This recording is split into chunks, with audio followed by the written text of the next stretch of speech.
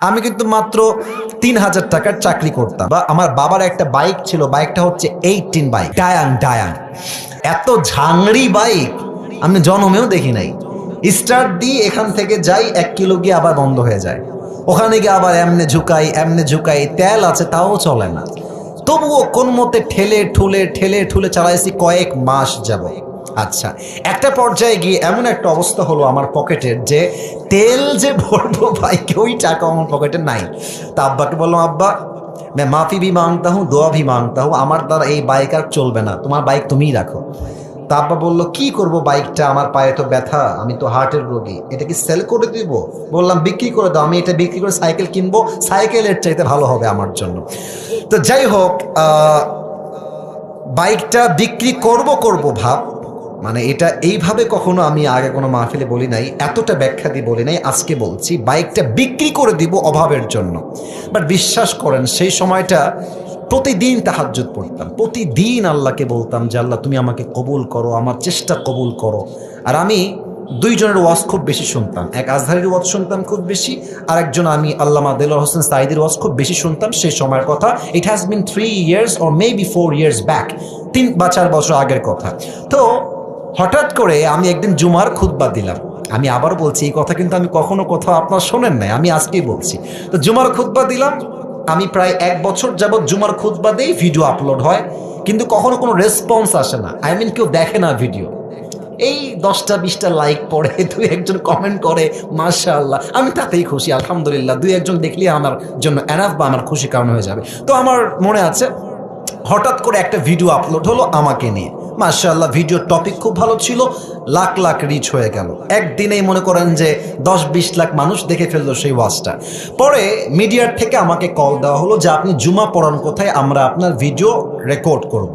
তো অনেক বড় একটা মিডিয়া আমাকে বললো যে আপনার ভিডিও একটা আপলোড দিব, আপনি ইনশাআল্লাহ অনেক দূর যাবেন, আপনার জন্য অনেক বেশি কাজ আসবে, আপনি কাজ করতে পারবেন আপনার দাওয়াতি ফিল্ডে। তো একটা মাহফিল করলাম, মাহফিলটা ছিল পাবনায়। মাহফিল ছিল কোথায়? পাবনায়। তো পাবনায় গেলাম, আমি হলাম 3 নাম্বার বক্তা, দ্বিতীয় বক্তা না, 3 নাম্বার। তো আমাকে যখন ওয়াজে দেওয়া হলো, দ্বিতীয় বক্তা খুবই রাগ, আমার টাইমটা তাকে কেন দেওয়া হচ্ছে, ওকে তো দিয়ে কাজ হবে না, ওকে নামান, একে দিয়ে কাজ হবে না, এটা 3 বছর আগের কথা, বেশি না, 3 বা 4 বছর আগের কথা। তো আমি ওয়াজ শুরু করলাম, কি বলবো, নিজের কথা বলছি না, বা এটা আল্লাহর রহমত বলছি বলতে পারেন। আমি আধা ঘন্টা ওয়াজ করেছি, প্রত্যেকটা যুবক, আমি নেমে গেছি ওরা উঠে গেছে, মানে এই হুজুরকে আমরা ছাড়বো না, নেমে গেলাম। সেটা আপলোড হলো ইউটিউবে। হঠাৎ করে একদিন আমার বাসা ছিল রাজশাহীতে, রাজশাহীর আমাদের মেইন শহরে বাসা, আমার আব্বা জুমার খতিব এবং আমার আব্বা একটা মাদ্রাসার প্রিন্সিপাল। তো আমি বাইপাস দিয়ে যাচ্ছি বাইক নিয়ে, ভাই আমার কাছে কিছুই নাই, বিশ্বাস করে না আছে টাকা, আর আমার 2টা সাদা পাঞ্জাবি ছিল, আর আমি যেই জুমার খুতবা দিতাম, জুব্বা যে পরবো, জুব্বাও ছিল না ভালো। আমার বন্ধু থেকে জুব্বা ধার নিয়ে আসতাম, যে বন্ধু দে, জুব্বাটা পরে মাহফিল করব বা একটু দোয়া করব, এই ওয়াজ হবে, আবার তোকে জুব্বা দিয়ে যাব। তো আমি এই অবস্থায় মাহফিলের জন্য বা রাস্তা দিয়ে হাঁটতেছি। তো হঠাৎ করে আমার কাছে একটা কল আসলো, বললো আপনি কি আবরারুল হক আসিফ বলছেন? এটা অনেক আগের কথা, আমার ক্যারিয়ার কিন্তু শুরু হয় না। বললাম, জি ভাইয়া, আমি আবরারুল হক আসিফ বলছি। আপনি কে? তো বললো যে আমি অমুক জেলার থেকে বলছি, আপনার একটা মাহফিলের ডেট লাগবে। শুনে কলিজায় এত শান্তি লাগলো যে আলহামদুলিল্লাহ, আল্লাহ হয়তো আমার রাস্তা খুলতেছে, এই তো রাস্তা আমার খুলে যাচ্ছে। তা আমি একটু ভাব নিলাম, আমার কিন্তু ডেট মেট কিছুই নাই। বললাম ও আচ্ছা, ডেট নিবেন কবে, আমাকে তো দেখতে হবে ভাই। তো বলছে যে ভাই, ডেটটা আমরা 2 মাস পরে নিব, যদি আপনি ডেট দেন তাহলে আমরা। ও তো ভাবছে মাশাআল্লাহ, মিলিয়ন মিলিয়ন ভিউ, এ তো অনেক বড় বক্তা হবে রে ভাই। তো আমি একটু ভাবতাম, দিয়ে বললাম ঠিক আছে, আমি ডায়েরি দেখে আপনাকে বলছি। আমার ডায়েরিতে কোনো ডেটই নাই। তো যাই হোক, পরে সে বললো যে ভাই ডেট কি আছে, ডেট কি হবে? আমি নিজেই, আমার তো ডেট লাগবে রে ভাই। আমি কল দিয়ে বললাম, ভাই হ্যাঁ অমুক তারিখের ডেট হতে পারে, আপনি কি ডেটটা নেবেন? তো বলছে অবশ্যই নিব। তো বলছে যে ভাই আপনার হাদিয়া কত? আমি তো জীবনে হাদিয়াই নেই না, হাদিয়া কত বলবো। এখন বলছি যে ভাইয়া, হাদিয়া আসলে বলা যাবে না, আপনি বলেন যে আপনি আমাকে কত দিবেন।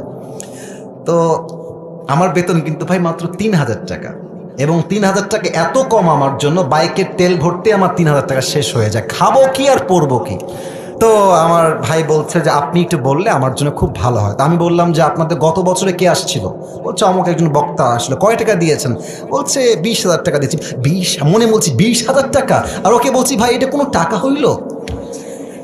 আচ্ছা যাই হোক, অনেক কথাবার্তা বলে সে বললো ঠিক আছে আপনাকে আমরা 25,000 টাকা দিব, গাড়ি ভাড়া সব কিছু মিলিয়ে, খাওয়া দাওয়া মিলিয়ে, থাকা সহ 25,000 টাকা আমি আপনাকে দিব। তো বললাম দিব বললেই তো হবে না ভাইজান, আপনাকে তাকে অ্যাডভান্স করতে হবে, না আমি প্রোগ্রামটা কনফার্ম মনে করব কেমন করে। তো বলছে ঠিক আছে ভাই আপনি আপনার নাম্বারটা আমাকে দেন, আমি আপনাকে 5,000 টাকা অ্যাডভান্স করছি। আমি বললাম ইয়ার ইয়ে তো মেরি রাস্তা খুল গিয়া মাশাআল্লাহ। তো বলছে ঠিক আছে আমি আপনাকে দিচ্ছি, নাম্বারটা আমাকে পাঠান। তো নাম্বার দিলাম, 3 দিন কোনো খবর নাই। মনটা আবার খারাপ, জানলা ডেটটা কি তাহলে পাবোই না। তো 3 দিন পরে আবার আমার ভাই কল দিয়ে বলছে প্রিয় ভাই আপনাকে তো আমি টাকা দিব, বাট আমি টাকা তুলতে পারি নাই এলাকার থেকে, তাই টাকাটা দিতে পারি নাই। তো মাশাআল্লাহ সবাই আমাকে টাকা দিয়ে দিয়েছে, আপনার নাম্বারে আমি এখনই টাকা পাঠাচ্ছি। তা আমাকে ওই প্রথম মাহফিলের জন্য 5,000 টাকা অ্যাডভান্স দেওয়া হয় এবং 5,000 টাকায় আমি আমার আব্বা আম্মাকে দিয়ে দিয়েছি। যাও তোমরা নাও। বিশ্বাস করেন ওই যে আমার জার্নি শুরু হলো, আল্লাহু আকবার, কি বলবো। এখন এমন একটা দিন নাই যেই দিন শত শত কল আসে না, আসিফ হুজুরকে লাগবে আপনাদের কি, আমাকে বলে 3 লাখ নিবেন, 2 লাখ নিবেন, 1.5 লাখ নিবেন, কত খালি বলেন না আপনাকে আমরা চাই। আপনি বলবেন হুজুর আপনি এত লম্বা স্টোরি কেন বললেন? 1 ঈমান, 2 হচ্ছে তাকওয়া। এই 2টা থাকলে বান্দার সফলতাকে আটকায় রাখতে পারে না, ঠিক কিনা বলে? ওয়ারযুকুহু মিন হাইসু লা ইয়াহতাসিব, তোমার রিজিক আমি এমন জায়গার থেকে দিব তুমি কখনো কল্পনাই করতে পারবে না। আল্লাহু আকবার।